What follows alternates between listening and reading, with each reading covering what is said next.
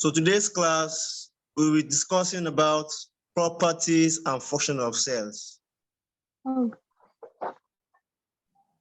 And we'll start with macro and micronutrients. Am I communicating? Hello, am I communicating with? Can you hear me? Yes. Good. Yes, So good. Now, macronutrients are those nutrients that are required by plants in large quantity. When you hear the word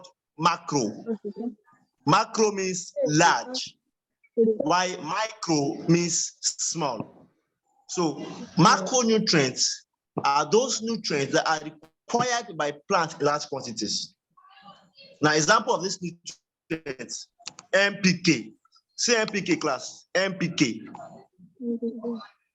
Good. N represents nitrogen, P represents elements are the main macronutrients. With nitrogen. The importance of nitrogen is it allows photosynthesis. That is, it allows the production of protein in plants and nucleic acid synthesis. That is, it allows the production of nucleic acid in plants. These are the importance of macronutrients. Now, deficiency of nitrogen. If a plant lacks nitrogen, how will you know? The first sign is stunted growth and chlorosis.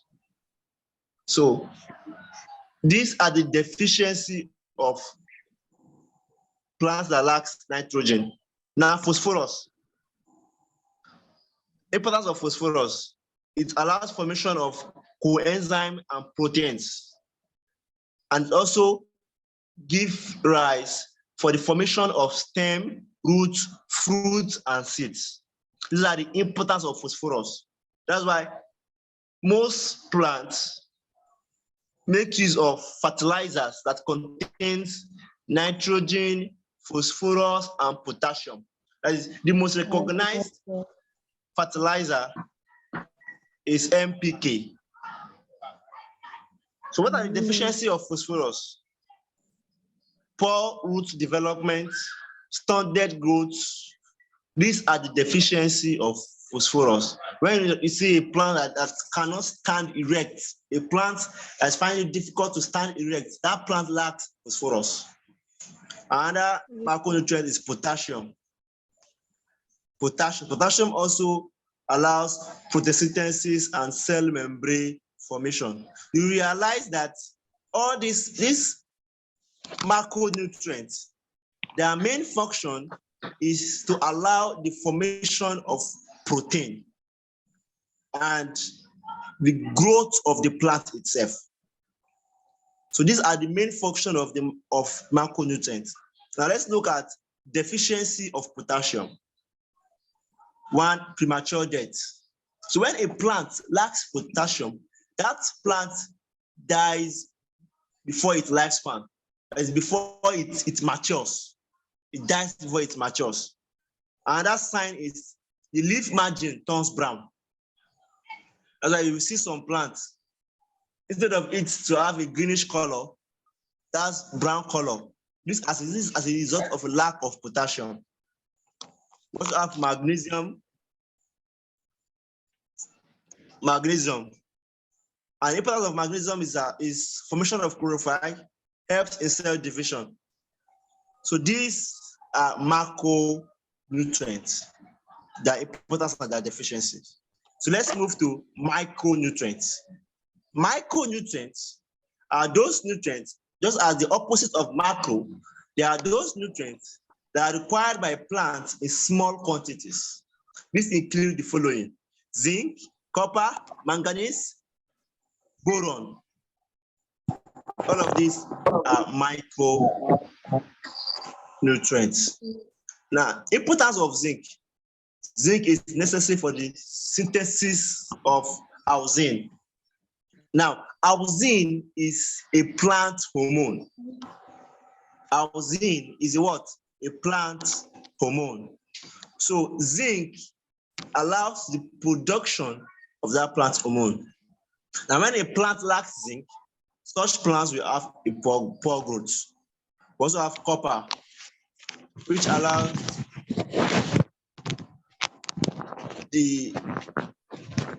which forms the component of respiratory enzymes. Am I communicating? Hello, class. So now the deficiency of copper is poor growth. Now, another micronutrient is manganese. Manganese is also activates some enzymes involved in cellular respiration. While the deficiency of manganese leads to death of shoots. Another micronutrient is boron, which allows the translocation of sugar and calcium. When we say translocation, that is the movement of sugar and calcium in plants. That's the meaning of translocation. So deficiency of this leads to poor growth of the pollen tubes in the plant. So these are macro and micronutrients. Can someone mention 2 macronutrients for me? Hello, can you hear me? Hello. Now, can you hear me? Hello, so I'll be moving. Sorry, you guys should unmute yourself and respond to the tutor. Even if you don't know it, at least respond to him, okay? But make sure that you are in a very silent place. So if you want to talk, unmute yourself and talk, please. So I was trying to ask that, can someone mention, hello? I believe I'm communicating. Yes, sir. Good. Can someone mention 2 macronutrients for me? 2 macronutrients. And nitrogen. Good. So let's move to the next aspect of properties of cell. Now, we'll be talking about the mode of nutrition. That is how organisms that contain cell take in food into their body system. So talking about nutrition, there are two main types of nutrition. So nutrition itself is the process organism take in food in order to have energy. That is the definition for nutrition. So there are 2 main types of nutrition. We have autotrophic nutrition and heterotrophic nutrition. So autotrophic nutrition is that type of nutrition in which organisms are able to manufacture their own food.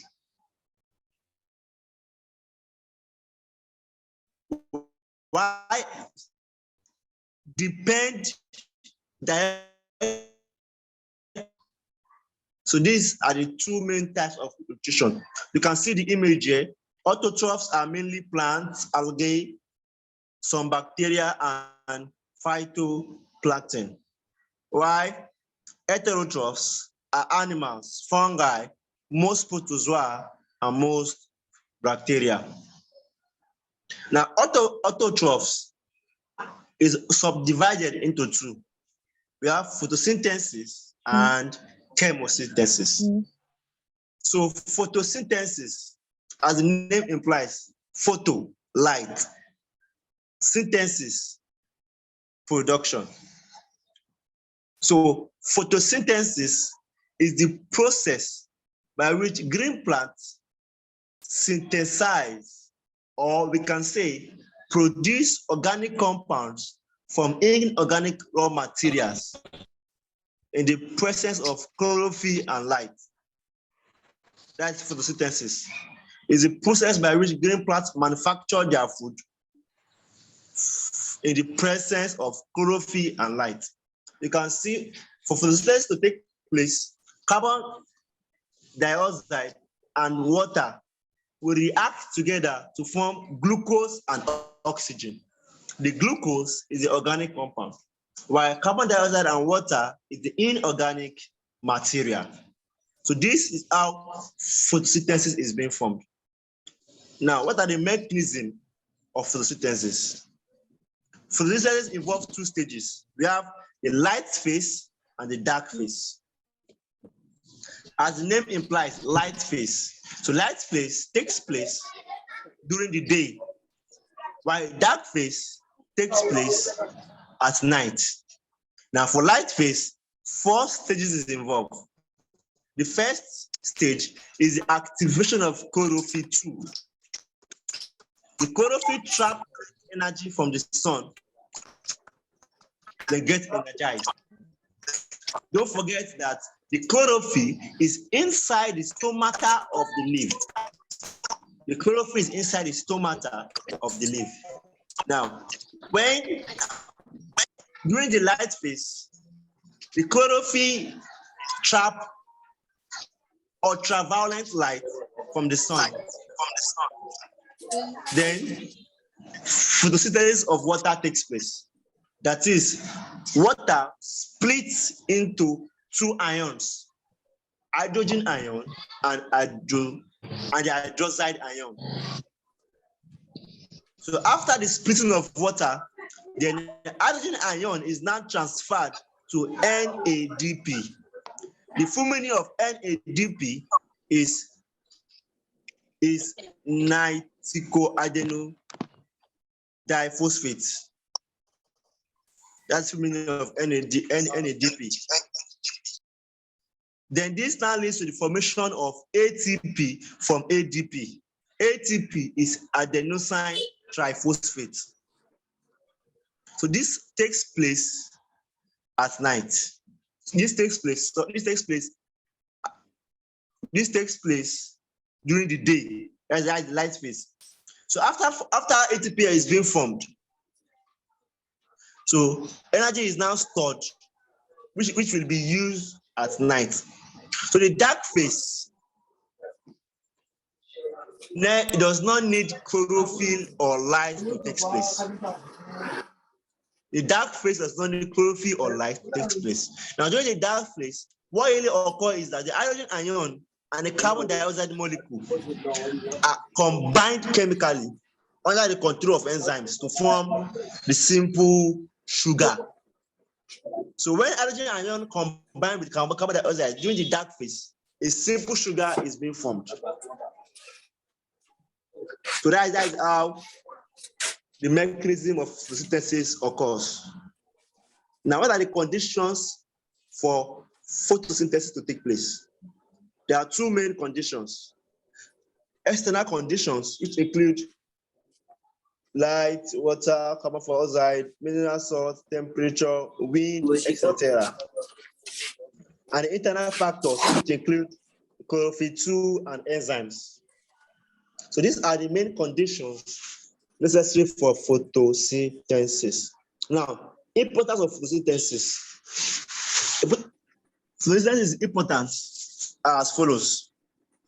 It serves as source of energy for metabolic activities.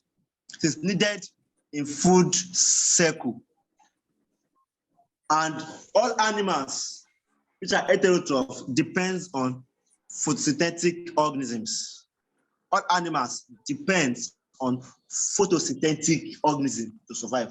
Look at us, for example. We eat vegetables, we eat rice, we eat beans, we eat etc. All of these that we depend on for food are from plants. So these are the importance of photosynthesis. Now, let's discuss about chemosynthesis. So chemosynthesis is the process by which non-green plants are able to produce organic compound from inorganic material using bacteria. So chemosynthesis is the process by which non-green plants synthesize organic compound from inorganic compound. The energy used in this process comes from inorganic substances. You will realize that this occurs in organisms like the nitrosomonas and the nitrobacter. So from the reaction here, you can see ammonia reacting with oxygen to produce nitrite. and water. Same thing with for nitrobacter, the nitrite reacts with oxygen to produce nitrates. So this is how chemosynthesis occurs. You just need to understand that chemo means chemical. So in this process, it occurs in non-green plants, and there is no usage for light or chlorophyll in chemosynthesis. What is only needed is the non-green plants to synthesize the organic compound from the inorganic material. Now, let's talk about heterotrophic nutrition. As me and you are heterotrophic organisms. So these are the types of heterotrophic nutrition. We have like 5 types of heterotrophic nutrition. We have holozoic nutrition, parasitic nutrition, saprophytic nutrition, symbiotic nutrition, and carnivorous nutrition. Now, holozoic nutrition. This is a type of feeding in which organism ingest the food molecule into their body system. Organism ingest the food molecule into their body systems. Me and you, we undergo holozoic nutrition. Now, this holozoic nutrition is grouped into 4. We have carnivores, herbivores, omnivores, and scavengers. Carnivores are organisms. Herbivores are organisms that. Omnivores are organisms that feed both on flesh and herbs, while scavengers are organisms that feed on dead, decaying organisms. To parasitic nutrition. Organisms, they feed on other organisms and live in that organism. That's parasitic nutrition for you. They feed on other organisms in which they live inside of it. So, another organism and living inside of it is referred to as the parasite. While the organism that is being fed on, so parasites can be endoparasite or ectoparasite. When we say inside, so endoparasite means Hello, sir. Inside parasite. Yes, sir, you have less than 8 Yes. minutes more. And Eniola Okay. and others, please, if you are not talking, just mute yourself because your background voice is affecting, your background noise is affecting. Eniola and others, you can go on, please. So parasites are divided into parasites and the ectoparasites. The endoparasites, as the name implies, endo means inside. So endoparasite is inside parasite, while the ectoparasite is outside parasite. So endoparasites are those parasites that live. Example is tapeworm inside human being. We have tapeworm like Taina solium and Taina saginata. These two are name of tapeworm inside man. So they are endoparasites. Example of ectoparasites in dog. You can realize that dog, when you see a dirty dog, you realize that on his skin is thick on the skin of the dog. You see some insects on the dog. These insects, please. These insects are ectoparasites. So these are parasitic nutrition. Now, saprophytic nutrition is a feeding process in which certain organisms, which are saprophytes, feed on non-living organisms. That is, plants and animals remain right for you. They feed on non-living organisms. You realize that when you see a wood, you realize that a wood just ground. After so many days, you realize some white thing coming out from that wood. Those white thing are mushroom, mucor, yeast. So these are organisms that feed on non-living matter. Symbiotic nutrition is the mode of nutrition in which two organisms of different species live together and derive mutual benefits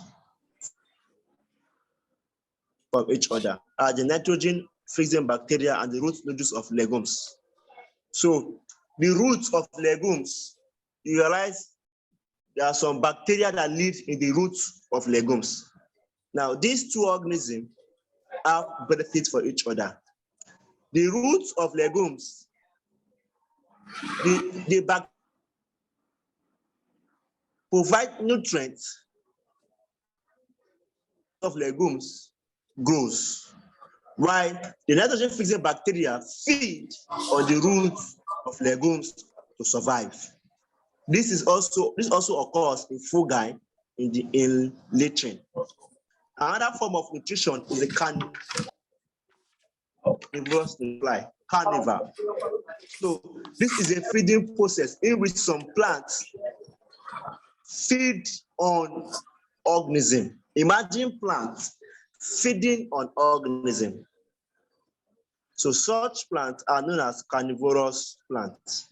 Examples include the Venus flytrap, bladderwort, and sundew, etc. Now, these are the different types of heterotrophic nutrition. Now, is there anyone that can define heterotrophic nutrition? Hello? Can anyone define heterotrophic nutrition? Or do you have any question? No question?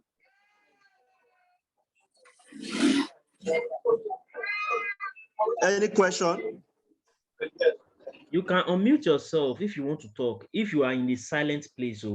And Afis, I've been shouting your name since. Just mute yourself. You are not saying anything, but you are on mute. And it's disturbing the class. Just click on that that place that has mute. Can you even hear me?